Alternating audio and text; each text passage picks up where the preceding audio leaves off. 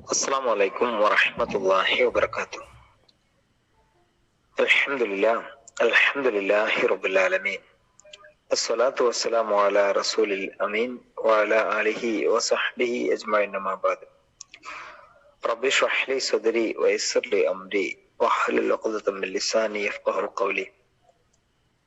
عن أبي هريرة رضي الله عنه أن رسول الله صلى الله عليه وسلم قال: المؤمن القوي خير وأحب إلى الله من المؤمن الضعيف. ശക്തനായ സത്യവിശ്വാസി ഉത്തമനും അള്ളാഹുവിന് ഏറ്റവും പ്രിയങ്കരനുമാണ് ദുർബലനായ വിശ്വാസിയേക്കാൾ. വഫീ കുല്ലിൻ ഖൈറുൻ മാ യൻഫഉക വസ്തഈൻ ബില്ലാഹി വലാ തഅ്ജിസ്. എല്ലാത്തിലും നന്മയുണ്ട്, നിനക്ക് പ്രയോജനപ്പെടുന്നത് ആഗ്രഹിക്കുക, അള്ളാഹുവോട് നീ സഹായം തേടുക. വലാ തഅ്ജിസ്, നീ അശക്തനാവരുത്. വഇൻ അസാബക ശൈഉൻ ഫലാ തഖുൽ ലൗ അന്നി ഫഅൽതു കാന കദാ വകദാ. നിനക്ക് വല്ല വിപത്തും ബാധിച്ചാൽ ഞാൻ അങ്ങനെ ചെയ്തിരുന്നെങ്കിൽ ഇങ്ങനെ ആകുമായിരുന്നു എന്ന് നീ പറയരുത്. വലാകിൻ ഖുൽ ഖദ്ദറല്ലാഹ വമാ ശാഅ ഫഅല. അല്ലാഹു വിധിച്ചു, അവൻ ഉദ്ദേശിച്ചത് അവൻ ചെയ്തു എന്നാണ് നീ പറയേണ്ടത്. ഫഇന്ന ലൗ, തീർച്ചയായും എങ്കിൽ എന്ന പദപ്രയോഗം തഫ്തഹു അമല ശൈത്വാനി, പിശാചിന്റെ ജോലിക്ക് മാർഗം എളുപ്പം തുറന്നു കൊടുക്കും.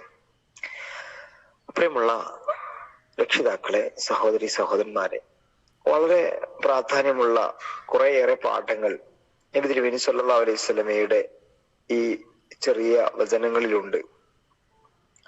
ശക്തിയുടെയും സൗകര്യത്തിന്റെയും നേരെ ഇസ്ലാമിന്റെ വീക്ഷണം എങ്ങനെയാണ് എന്ന് വളരെ കൃത്യമായി ഈ ഹദീസ് നമ്മെ പഠിപ്പിക്കുന്നുണ്ട്. ഏറെ ശക്തനായ വിശ്വാസിയാണ് ദുർബലനായ വിശ്വാസിയേക്കാൾ അള്ളാഹുവിന് ഏറ്റവും പ്രിയപ്പെട്ടവൻ. ശക്തനായ വിശ്വാസി എന്നാൽ ശാരീരികമായ ശക്തി മാത്രമല്ല ഇവിടെ ഉദ്ദേശം, അതും പ്രധാനപ്പെട്ട ഒന്നാണ്.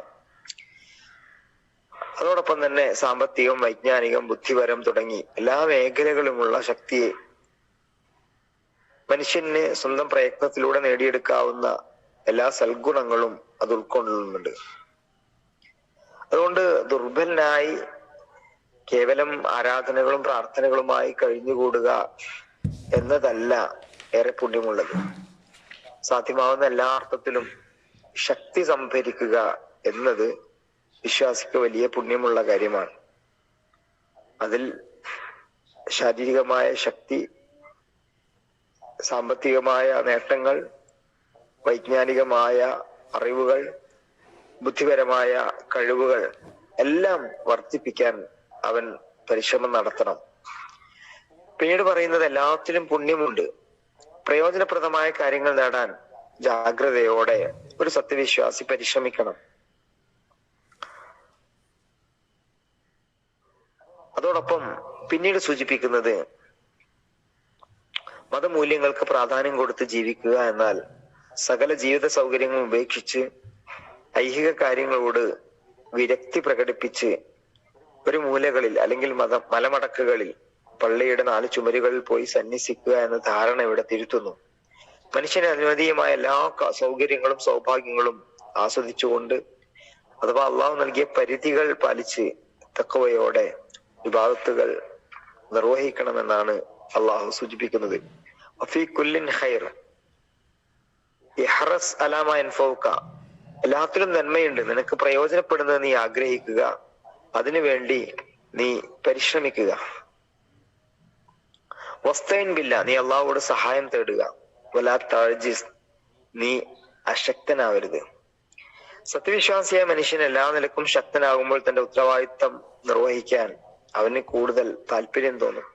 ദുർബലനാണ് എങ്കിൽ എനിക്ക് കഴിയില്ല, എനിക്ക് സാധ്യമല്ല എന്ന അർത്ഥത്തിൽ അവൻ ചിന്തിച്ചു പോകും.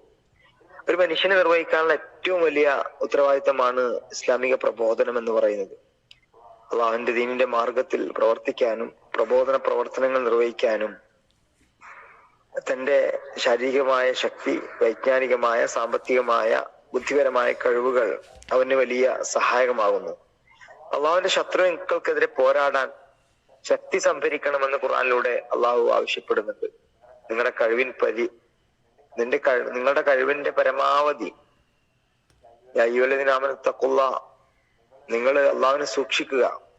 അതിനുശേഷം അള്ളാഹു നമ്മോട് പറയുന്നു, നിങ്ങൾ പരമാവധി ശക്തി സംഭരിക്കുക. അധികം ശക്തി സംഭരിക്കുകയും സുസജ്ജമായ കുതിരപ്പടയെ ഒരുക്കി നിർത്തുകയും ചെയ്യുക. അതുവഴി നിങ്ങളുടെയും നിങ്ങളുടെ ശത്രുക്കളുടെയും മുമ്പിലുള്ള കാര്യങ്ങളിൽ ഒരു തീരുമാനമെടുക്കും. എന്നുവെച്ചാൽ അതുവഴി അള്ളാഹുവിന്റെയും നിങ്ങളുടെയും ശത്രുക്കളെ നിങ്ങൾക്ക് ഭയപ്പെടുത്താൻ കഴിയുമെന്ന് സൂറത്തുൽ അൻഫാലിൽ അള്ളാഹു പറയുന്നുണ്ട്. നിങ്ങളുടെ ശാരീരികമായ ശക്തി, സൈനികമായ ശക്തി നേടിയെടുക്കാൻ നിങ്ങൾ ആത്മാർത്ഥമായി പരിശ്രമിക്കണം.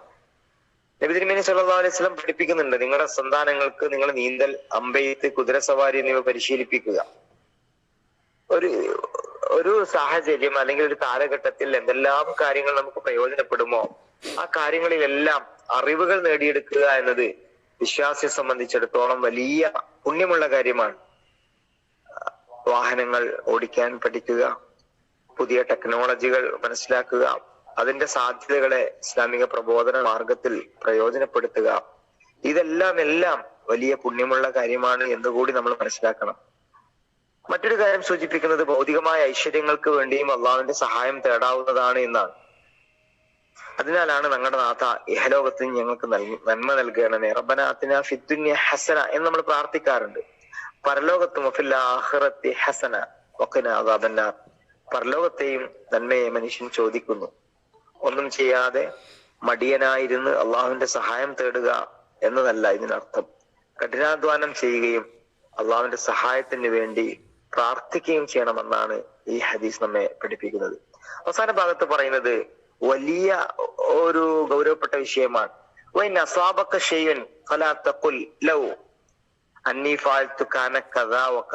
നിനക്ക് വല്ല ഇബത്തും സംഭവിച്ചാൽ ഞാൻ അങ്ങനെ ചെയ്തിരുന്നെങ്കിൽ ഇങ്ങനെയാകുമായിരുന്നു എന്ന് നീ പറയരുത്.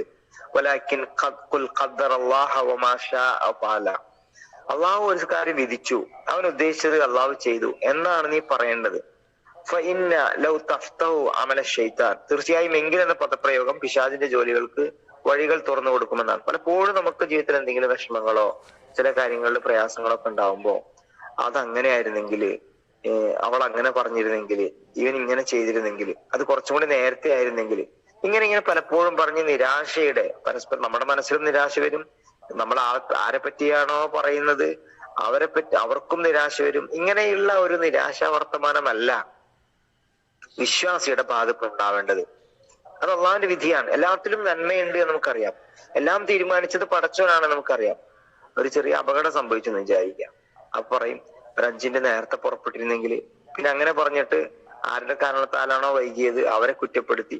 ഇങ്ങനെ എല്ലാ കാര്യത്തിലും മറ്റുള്ളവരെ കുറ്റപ്പെടുത്തുകയും അല്ലെങ്കിൽ നിരാശയുടെ ഒരു സാഹചര്യം സ്വന്തം മനസ്സിലും മറ്റുള്ളവരിലും നൽകുകയും ചെയ്യുക എന്നതല്ല വിശ്വാസി ചെയ്യേണ്ടത്. മനുഷ്യ ജീവിതത്തിൽ പല വിപത്തുകളും സംഭവിക്കുക എന്ന് സ്വാഭാവികമാണ്. അള്ളാഹുവിന്റെ പരീക്ഷണമായിക്കൊണ്ട് ശാരീരികവും സാമ്പത്തികവുമായിട്ടുള്ള നഷ്ടങ്ങൾ ഉണ്ടാവാം. അതിന് നിരാശപ്പെടുക എന്നത് ഒരിക്കലും സത്യവിശ്വാസിക്ക് പാടില്ലാത്ത കാര്യമാണ്. ഞാൻ അങ്ങനെ ചെയ്തിരുന്നെങ്കിൽ, ഇങ്ങനെ ചെയ്തിരുന്നെങ്കിൽ എന്ന വിചാരം ഉണ്ടാവരുത്. എന്തെങ്കിലും സംഭവിക്കുമ്പോൾ ഇത് അള്ളാഹു വിധിച്ചതാണ്, ഇത് അള്ളാഹുവിന്റെ പരീക്ഷണമാകാം. അള്ളാഹുവിന്റെ തീരുമാനമില്ലാതെ ഒന്നും നടക്കില്ല എന്ന് സത്യവിശ്വാസിക്ക് മനസ്സിൽ തോന്നണം. അല്ലാതെ അങ്ങനെ ആയിരുന്നെങ്കിൽ ഇങ്ങനെ ആകുമായിരുന്നു എന്ന ചിന്താഗതി അത് പൈശാചികമാണ്.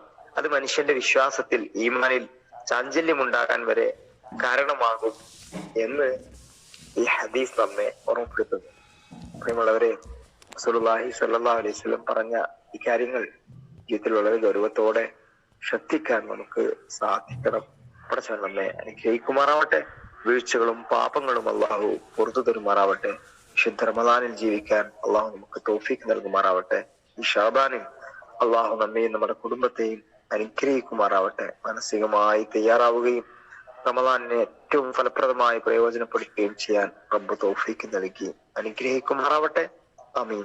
അസ്സലാമു അലൈക്കും വറഹ്മത്തുള്ളാഹി വബറകാതുഹു.